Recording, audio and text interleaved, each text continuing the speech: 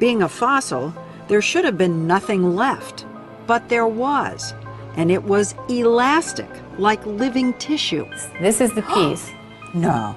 She showed us video she took under the microscope. That's really what happened? Yes. That's the dinosaur bone? Without mineral now. That's what was left. It looked like the soft tissue she would have expected to find if it had been modern bone. Would do. You see? So they're misleading the people. So that's what they're doing. They're misleading your children. So don't let your children be misled by these fucking clowns. It's up to you to protect your children. Because the whole system is there to indoctrinate your children. Right? To indoctrinate your children to believe in what they say. And if you don't agree and believe everything they say without question, well, that's a fail for you. So basically, abide by the book, read the book, study the book, know the book like the back of your fucking hand, and answer the questions where we want them answered. Because if you don't, we'll fail you. And that'll be that. So there you go, indoctrination, a system, a school of fishery, fishery, a school of fish. So, that's what they do in school. They get all your children to swim the same fucking way. That's why it's called a school of fish, right? That's what they do in school, / college, / call them what you like. It's all indoctrination. It's all about you have to agree with us in this way and that way, or this paperwork and all this stuff you're doing for years in college. I mean, fuck off if you disagree for 1 second.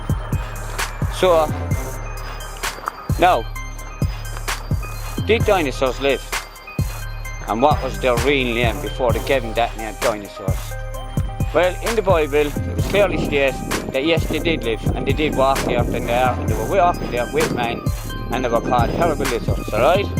And that covered everything. All dinosaurs, they were all lizards, terrible lizards. That's what they were known as. And they walked the earth with human beings. Thousands of years ago, not millions and hundreds of millions of years ago, which they tried to fool you with. Because they know, once they go back millions and hundreds of millions of years ago, well, you have no way to prove them wrong. Boom. That was until now. What happened next happened by mistake. Mary put some fragments of the bone in acid to dissolve away the outermost layer of mineral. But the acid worked too fast and all the mineral dissolved away. Being a fossil, there should have been nothing left. But there was. And it was elastic, like living tissue. This is the piece. No. She showed us video she took under the microscope. That's really what happened? Yes. That's the dinosaur bone? Without mineral now. That's what was left. It looked like the soft tissue she would have expected to find if it had been modern bone. Well, let's say you took a steak and you wrapped it, you hermetically sealed it, you put it in your refrigerator. I mean, try freezing a steak for 10 years. Take it out, you're gonna see it looks haggard. It's had a rough time in that refrigerator. So you see this and you think, what? You I didn't want to tell anybody. You'd be ridiculed, Yes. right? And so I said to my technician, okay, do it again. I don't believe it. And yet, in sample after sample, they were there. Things that looked suspiciously like flexible, transparent blood vessels. She finally mustered the courage to tell Jack. She said she dissolved the bone away and there were blood vessels. And, you know, I was like shocked. I mean, How could that be? How could that be? That's right. Look at that. Blood vessels, and even what seemed to be intact cells, pose a radical challenge to the existing rules of science, that organic material can't possibly survive even 1,000,000 years, let alone 68 million. Now this has major implications for the age of Earth and fossils. If soft tissues in dinosaur bones are the norm, and that is what we are predicting, then these bones cannot be 65 million years old because they're loaded with soft tissues. These break down quickly, and so they can't be old at all. These are pieces of an even older dinosaur, a well-preserved 80-million-year-old duckbill. When she dissolved it away in acid, Let's put this under the scope here. well, look, Is that a blood This vessel? is a blood vessel. You're You kidding. see the branches right there? And look at all of them. And it's so consistent over and over and over again. We do this bone and it comes out and I get excited every time. There is, first of all, just the soft tissue itself that we can look at and with our own eyes say, is this soft, stretchy material, is it 80 million years old? Is it 68 million years old? This is what we mean by an example of soft tissue which was collected from the Triceratops horn in Montana. I'm going to stretch it. Look at how stretchy this is. And this is full of bone osteocytes, the tiny cells that make this tissue and then impregnate it with bone mineral. And this was found 1 foot from the surface in Montana in the presence of insects, microbes, rodents, plants, and fungal bodies. And we've recovered the DNA of all of those. So this cannot hang around for millions of years in the presence of all those organisms and oxygen and water. And so this is what we're talking about by soft tissue. Right. Then there is carbon-14, and that is huge. If the entire Earth were one giant ball of nothing but carbon-14, which deteriorates over time, in 1 million years, the entire ball, the size of the Earth, would be completely gone in 1 million years. Yet they're finding carbon-14 in dinosaur bones. And I'd like to point out, for the record, that a dinosaur bone is a lot smaller than the entire Earth, yet it's still got carbon-14 inside of it. In bottom line layman's terms, though these tests, carbon dating in this case, can spit out dates all over the map in one single chunk of dinosaur bone, what it does prove by sheer virtue of having carbon inside of it is that what you are testing is not very old. You have dinosaur DNA, and it's been published, although of course these scientists, aware that they're threatened, they're even hated, they're mocked, they say, you know, you have people being fired for the discovery of dinosaur soft tissue for publishing it.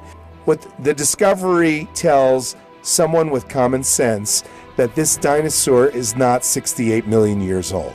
This dinosaur is more in the range of the age of Egyptian mummies. And so these scientists, first they're in denial, then I get them to Google on their own phone, they go to the journal Nature Science, they see it for themselves, and then they're just bewildered. And they also don't understand why they never heard of it. What should we find if, in fact, dinosaurs are millions of years old? When we look at dinosaur eggshells, and they have, and they've looked at the amino acids, you know what they say? Contamination. Why are there all these left-handed amino acids in these dinosaur eggshells? They shouldn't be there. They should be fully racemized, 50-50.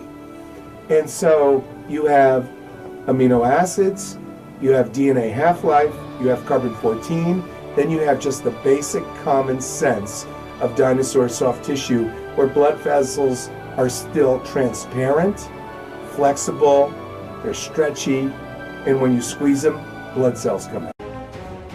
If you are finding carbon-14 in dinosaur bones which contain original biological material from a dinosaur, which you have 11 universities, including Harvard, that have verified that the soft tissue being found inside dinosaur bones is in fact original biological material from a dinosaur. If you've got those two things combined, then it's impossible to argue, it'd be very difficult to argue, that the carbon inside the dinosaur bones is contamination. This was presented at a Singapore American Geophysical conference, and it was presented by an international team of scientists who took 10 different dinosaurs from multiple continents, had them carbon-14 data at the world's leading labs, and they showed the results. And after the fact, the American Geophysical Union censored their paper, removed all reference from their paper, and all they said was, we are getting measurable carbon-14 from dinosaur bones all over the world. And moreover, we have genetic and fossil evidence going back And everything We have agrees blood with 4.5 vessels. billion years old. Us. We The have oldest blood fossils vessels. are 4 billion years old. We have Lawrence. many fossils that are almost 1 billion years old, and we have a tremendous amount of evidence of exactly how life evolved on Earth. And why must people Lawrence. why must people reject all the knowledge we have Because they insist that their because of literal dinosaur interpretation of the Bible must be blood right? vessels. Why don't you open your mind to the evidence of reality and say, look, if there is a God, the God, as Galileo once said, if there is a God, he gave us a brain. We Lawrence. shouldn't throw the brain out. I'm talking about nature, science, paleontology. You know, again, you've got a God of the gaps thing. No God of the We gaps. learn that our ideas evolve. Blood vessels, Lawrence, blood vessels don't hang around for 65 million years in sandstone in The Montana. hand you can clearly see. If I get the right light now, make it look more spooky. Yes, I'll just put this light on here now to really set the scene. We'll get a light on it here now. You can see in my hand we have what's known as a fossil. That's right, ladies and gentlemen, it's a fossil. It's the fossil of a dinosaur, ladies and gentlemen. I know you're blown away by that now, as you can see clearly here on my hand. The fossil of a dinosaur, that's right. And I was just there. Just I put a bit of light in that there, you know, that's the tooth of a mastodon. That's right, a mastodon, the tooth of a mastodon. And that now is 200 million years old as the crow flies, you know. That's right, as the crow flies, that's about 200 million years old. Now then again, it might be only 2 years old. I'm not sure, but one thing I do know for sure is that's the tooth, as I said, off of a T-Rex. Harvard has sequenced proteins. I've been with Jack Horner in Montana and seen the fossil blood vessels. Yeah. And in fact, it's perfectly consistent with things that are 65 million years old. They say, well, we don't have a problem with, we expect this to happen. We expect these materials to still be here. Based on what? Because the science of tissue decay, the science of protein decay, demonstrates, not just illustrates, I'm talking proves in a lab, a repeatable experimental proof type of background that this stuff should not last even 1 million years. Oh, yeah, right. Horner, who was the person who discovered How about the carbon-14? How about the carbon-14, Lawrence? There's carbon-14 in the mosasaur fossil that has soft tissue. Harvard has sequenced proteins from a hadrosaur. Carbon-14 can't last 1 million years, yet it is everywhere. Could it be contaminated? I mean, you know, when you talk about anomalies, you know, you're like the people, Yeah, you know, who anomalies. tell me about UFOs, and they say, you know, Right. there was a UFO sighting in this. I agree with you. You can't tell me it didn't happen. Well, you're absolutely right. There are anomalies. I agree with you, but these anomalies are everywhere. Ridiculous anomalies when there's a whole Lawrence. basis of knowledge, which tens of thousands of scientists have worked their whole life on. Then people like you come along and say, I want to deny all that knowledge because I've decided in advance of reading anything, based on some book that was written God knows how long ago. That's closed-mindedness. Lawrence. That's not open-mindedness. The anomalies are everywhere worldwide. There's carbon-14, diamonds. Look, don't talk to me about anomalies. Talk to me about the evidence of Well, science. carbon-14 decays with a half-life of 5,700 That's right. years. This is the greatest discovery in the history of paleontology. I mean, indisputably. Dinosaur soft tissue, dinosaur DNA is the greatest discovery. The science world, the atheistic science world, wants to know nothing about it. They wish it weren't true. They don't want it to be true. When they hear it, they put it out of their minds. You know, that's the thing about in this business, in this game. You never forget your animals. You never forget the anatomy. You never forget the tooth of a platypus. You see, the platypus dinosaur as well that was around back in the day, yeah? So on we go, right? On we go. We'll have a little look in here and see what they have to say. Professor Roberto Fondi is a specialist in paleontology. He teaches at the Department of Earth Sciences in the University of Siena in Italy. You may be surprised to know that the fundamental assumptions upon which evolutionary thinking is based are not at all confirmed by paleontology. All the biological groups, from bacteria and blue-green algae to man, appear abruptly in the fossil record without any links connecting them with each other. Why is it then that so many people believe the fossils prove evolution? Bene, la teoria dell'evoluzione viene insegnata. Evolution is presented to grown-ups and taught to the very young as a fact that has been verified and demonstrated for so long that it is a waste of time and even ridiculous to question it. So, what is the truth of the matter? Well, there is a history book of the past, and that is the rocks and the fossilized remains in them. So, it is up to the paleontologist to read that book and give the answer. And what do you read in that book, Professor?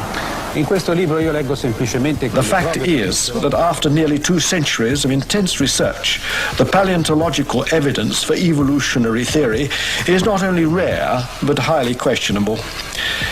The point is that if evolution had really happened, the evidence would be in great abundance and incontestable. The museums would be overflowing with fossils, clearly documenting the transitions between the various biological groups.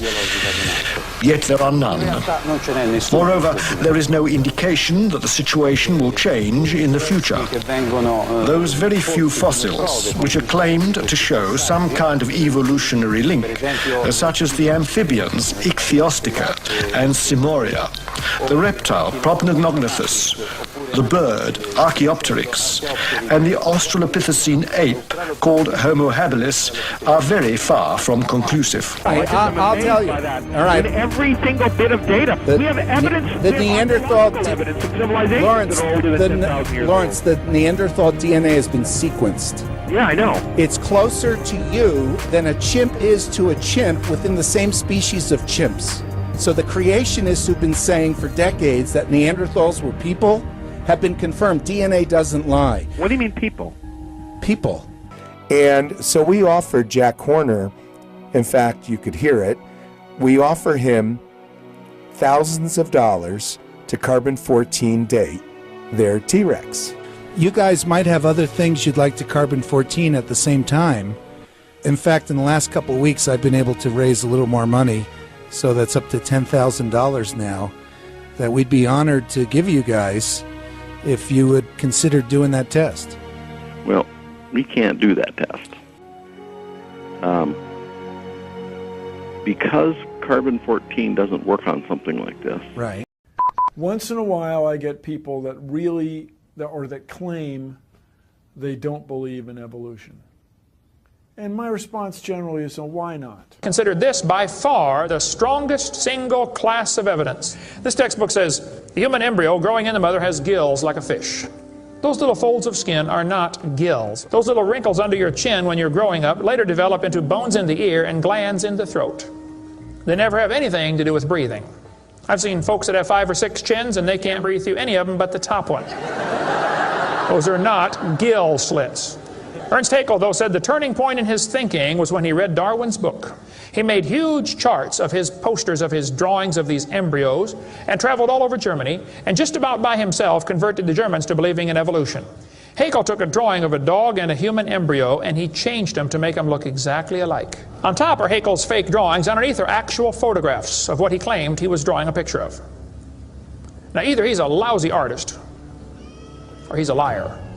Well, it turns out he's a liar. He was convicted of fraud by his own university, proven to be a fraud. But guess what? Haeckel's fake drawings are still used in textbooks in your state right now. It's only been proven wrong 125 years ago. I know it takes a while to get textbooks up to date, but that ought to be plenty of time. Adolf Hitler said, "You let me control the textbooks, I'll control the state." Watch this sentence here carefully. Some kid's doing this for homework tonight. Boys and girls, do you think humans are still evolving? Now, what kind of question is that? Doesn't that question assume that evolution has happened? What if a kid doesn't believe in evolution? How's he supposed to do his homework tonight? That question does not teach him how to think critically. That teaches him what to think, not how to think. And when the kid gets done with this course, he's going to think he knows how to think. But he doesn't. He knows how to be told what to think.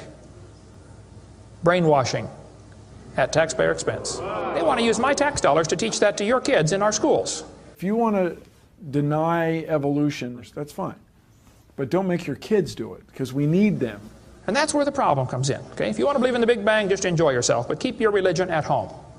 The Russian atheist astronomer came to America and spoke at one of the universities, and he said, started off his speech, he said, folks, either there is a God, or there isn't.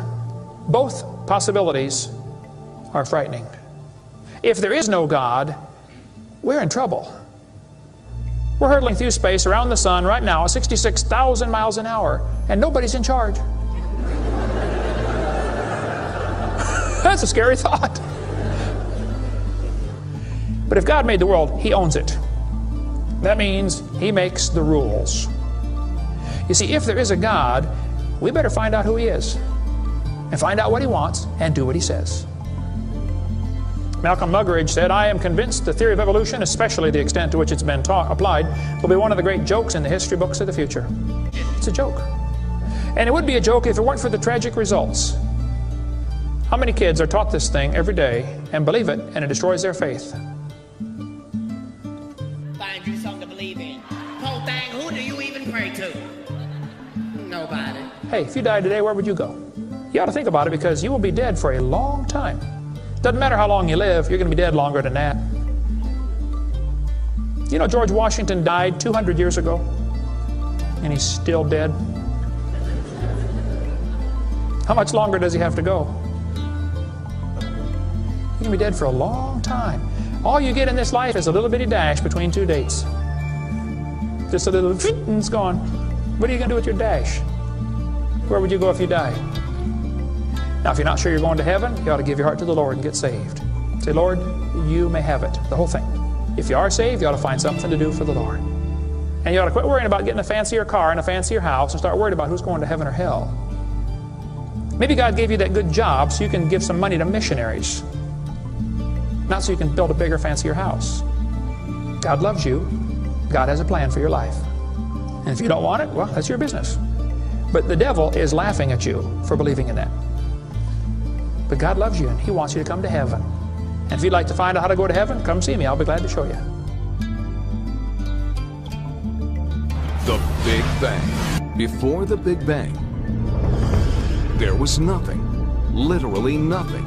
Nothing created everything. The Big Bang is an amazingly difficult thing to wrap your brain around, which isn't surprising. 13.7 billion years ago, we think it was tiny. Nothing. Literally nothing was tiny. And then something happened. Nothing created all the matter we see in the universe today.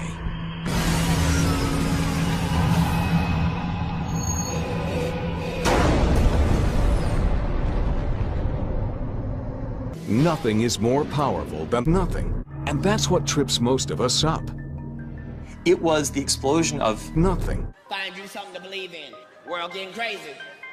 Hey, you better believe something. And always keep this in mind. They did a test. A volcano spat out some new lava. They got the lava. They done a test on the lava to see the carbon dated it, see how old this lava was, and what would it come up as. And lo and behold, they done the test, and what would you say it said? Carbon dated this brand new lava, brand new stone, literally hot was while it was getting carbon dated. And how old would you say it was? You'd imagine it might have said it's fairly new, as in seems it was just made. Probably carbon dated as in made this week, made today, made a few hours ago. That's what you'd imagine. But no carbon dated as millions and millions of years old. That's right, freshly spit out of the volcano, but yet carbon dated as millions and millions of years old. Your results that you get can be all over the place. Well, they should be infinity. It should be not datable. In other words, it shouldn't come back saying it's 25,000 years old. Right. It should be infinity. And he turns it down. And I say, "Jack, is it not enough money?" And I keep, first 5,000, 10,000, 20. We go up to, it costs 3,000 to run the test on 5 different specimens. And they thought, well, it'd be logical to do this, to just go ahead and do it, even though nobody would be inclined to do it, just like nobody would be inclined to look for soft tissue inside of a T-Rex. Well, and we're still trying to figure out what it is, what it's actually made of. Right, exactly, whether it's hemoglobin or whatever. Well, Jack, is the amount too small that it's just not worth the consideration? No, that's not it.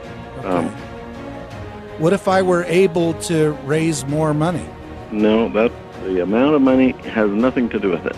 So we say we'll pay the $3,000 for the test, and we'll give you a $20,000 grant.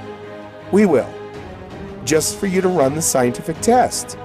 And he's hemming and hawing, and he's saying, "Not going to help. Not going to help us."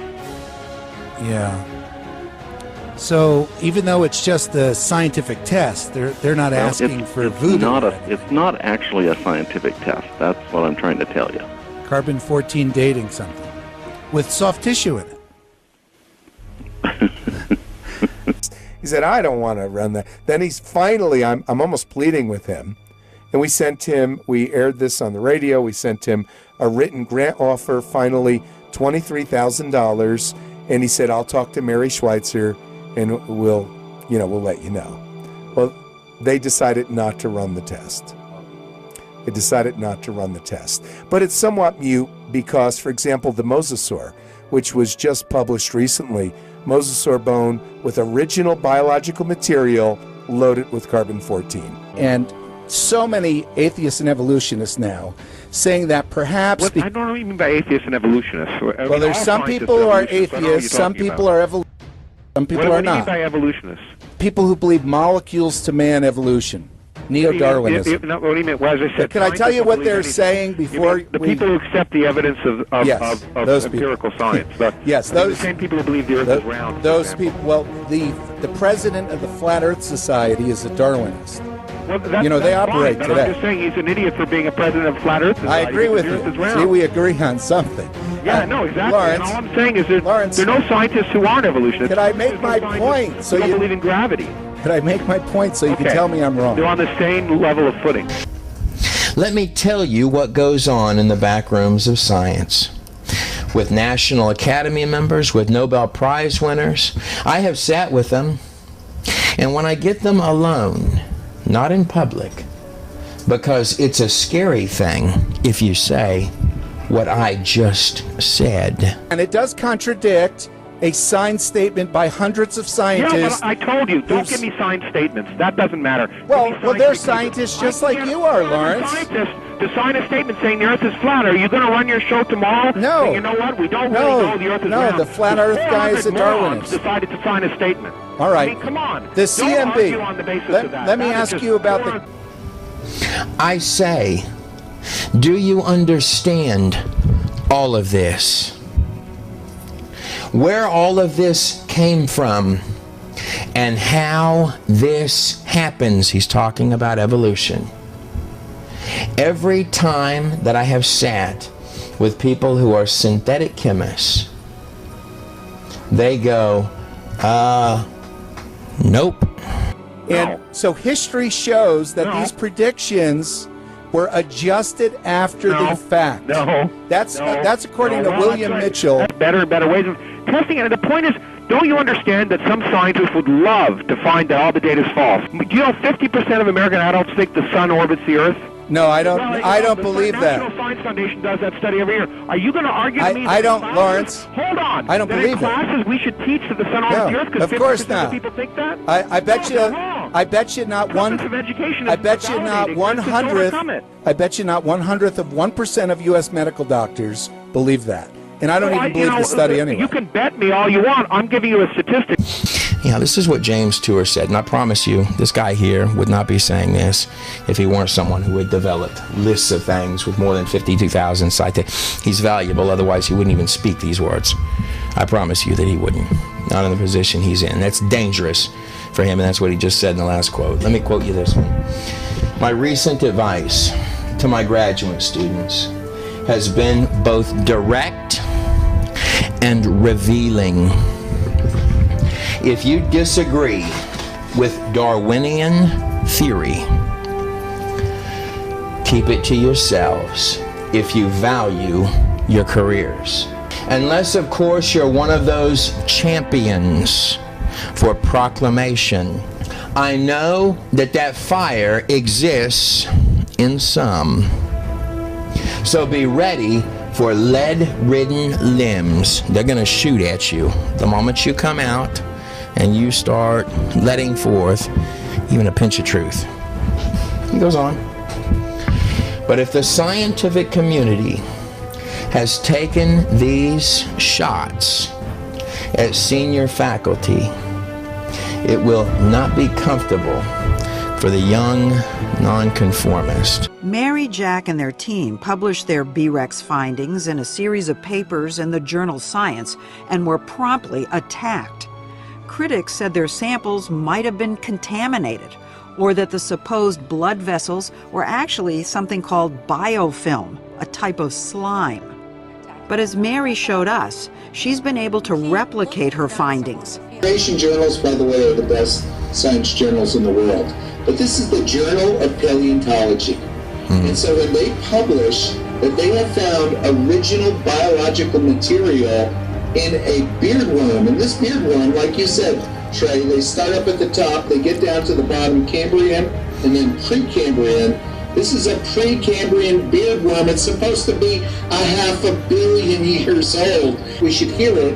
And by April 2014, the Journal of Paleontology reported that they found original soft tissue in Precambrian beardworms. This is what they claim are 530 million years old. So they look at these fossils, it doesn't matter how old they are, and lo and behold, soft tissue. I'd love for you to hear this one.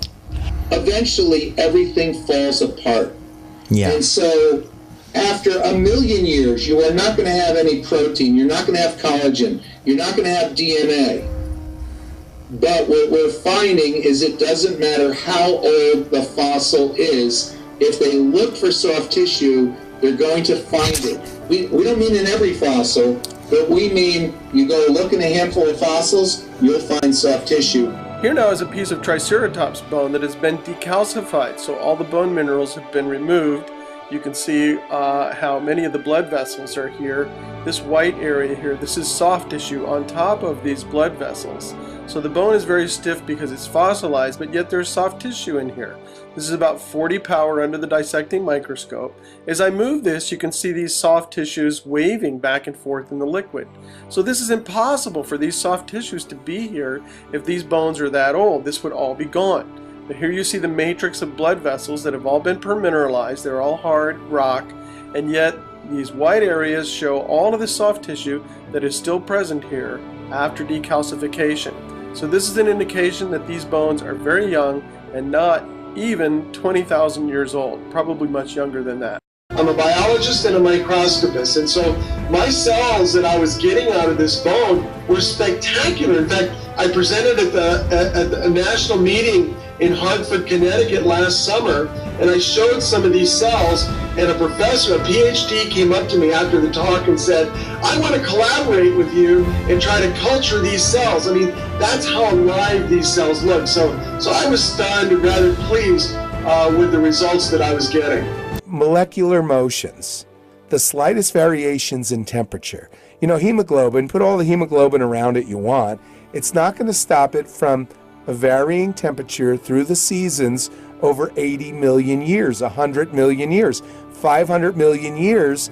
That temperature change, it increases the molecular motions that will degrade and destroy, cause the tissue to decompose. Of course, one of the most stunning and exciting finds from our trip to Montana was this soft tissue that I'm peeling away from the bone. These sheets of soft fibular bone that were full of the kind of cells that you're going to see as we progress through this little tutorial.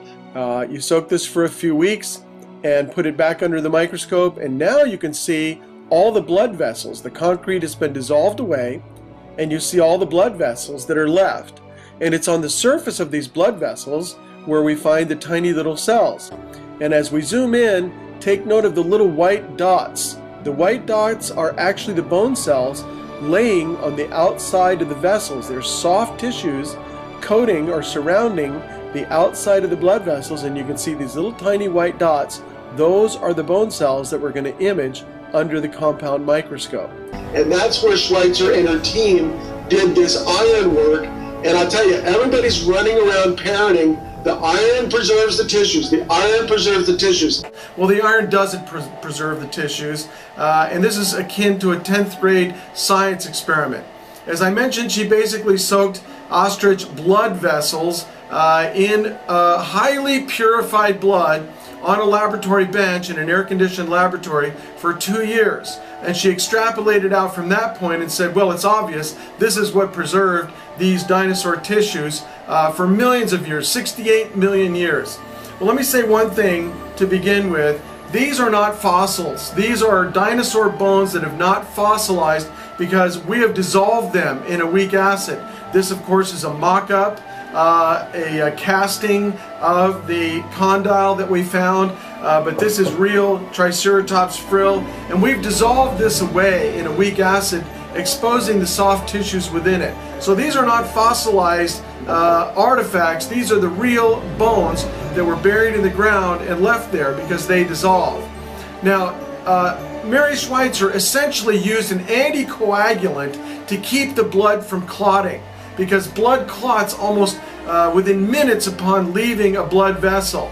And so essentially, by removing all the platelets, by removing all the white cells, by removing all the proteins like fibrin and thrombin and all these proteins that initiate this blood clotting cascade by these proteins, she removed all that from the blood, and so she essentially used an anticoagulant to prevent the blood from clotting. Now, this is far removed from the conditions of the Hell Creek Formation in Montana, where these dinosaurs were buried. And many of them were ripped apart. The horn that we found was completely ripped away from the skull, and so it was completely exposed, less than 2 feet from the surface of the Montana soil there, and so nothing like the laboratory conditions that she used for her experiment. She also concentrated the red blood cells. She centrifuged and centrifuged and centrifuged and came out with this pure, not even a solution, a pure deposit, a pure amount of pure red blood cells, and then she lysed them. She broke them open, exposing all of the hemoglobin, which has the iron inside. So again, nothing like the conditions found at the Hell Creek Formation. Again, she left this on a laboratory bench in air conditioning in the absence of fungal bodies, of plants, of microbes, of insects, of rodents. And we have found the DNA of all these things associated with our horn.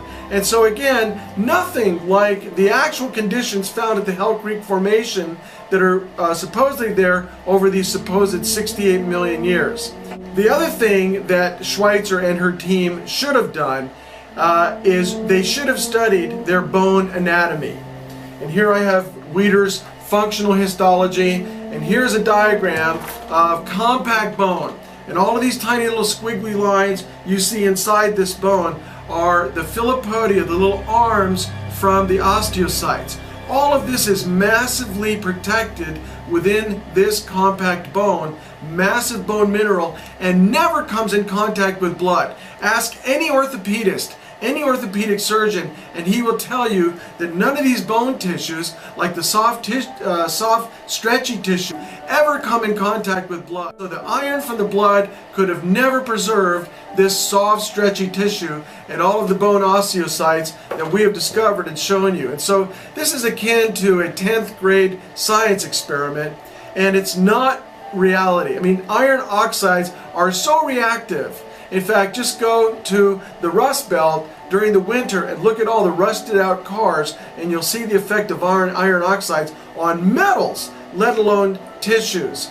And so these iron chelation that they talk about in this video, this is used to remove heavy metals from the body. It is in no way a standardized protocol for the preservation of tissues. If it is, it would be in my electron microscope manuals on methods to preserve tissue for long periods of time. In addition, if this was a standard protocol for the wonderful preservation of tissues for long periods of time, don't you think all these very wealthy people who are freezing their bodies in hopes of being revived some thousands of years in the future when medical cures are available to help them with their current woes, don't you think they would be using iron chelation as a protocol to save themselves, to preserve themselves? This is hogwash, folks, and it's a lie. It's a method that the evolutionists are using to prove that soft tissue now has an explanation. It has no explanation. We don't know why these soft tissues are preserved. There's no method, there's no protocol, there's no methodology that we know of that can preserve these tissues for long periods of time. So, you know, the evolutionists are still up the creek without a paddle. They cannot explain how these tissues have been preserved for a long time, and the conclusion is obvious. These bones, which are not fossils, they're bones that can be dissolved in acids, are young. They have to be young. If the bones are young, then the deposits are young. If the deposits are young, then the earth is young.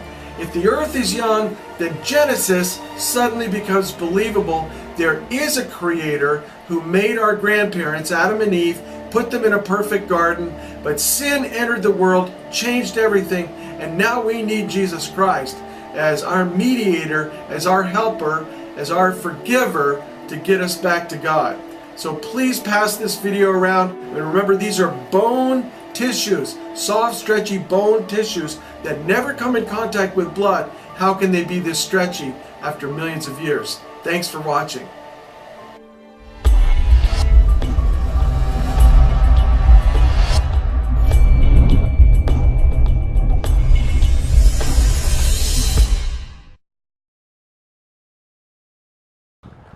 Okay? Because they're just gone way back there. And the same with the space and time and the stars above and the sun and the heavens. They tell us all them things are hundreds of millions of light years away. Again, leaving you with no way to prove it. When you believe NASA, never a straight answer NASA, and all the lies that they've been spreading for years. That's why when you go into school, first thing your children see is a ball earth. They tell us the earth is 25,000 miles circumference. That's what they tell us, right? And in the school, every classroom has one. And it's the first thing you let your children see, a ball earth. And how do we know the earth is a so-called ball? Again, because never a straight answer. NASA told us so. So, I mean, if you ever look at all the video footage of them going to the moon and all the greatest achievement man ever achieved, it's all gone. 3 rooms full, stacked to the rafters, gone, missing, burnt, gone. They don't know where it's gone, it's gone. Any proof that man might have went to the moon. So all you have is Neil Armstrong, who is a Freemason, and his little grainy images that you can practically see through them. You can get online and look at my videos. It's child's play to prove they're not on the moon. They're not on no moon, they're out in the desert, they're out in the old sand dunes. That's what they're doing. Grainy images. Back in the days, people were gullible, they believe anything. And they do. And that's why they think we're all fucking stupid today. But you see, I'm a Christian, and I know that everything that they tell us about, it's already in the Bible. Same with the aliens, that's a big deception, big load of bullshit. They're called demons, not aliens. That's the name they gave them, to disassociate you from the real entities, which are demons, devils, and they live in another realm, another dimension. And that's what they're doing in sound.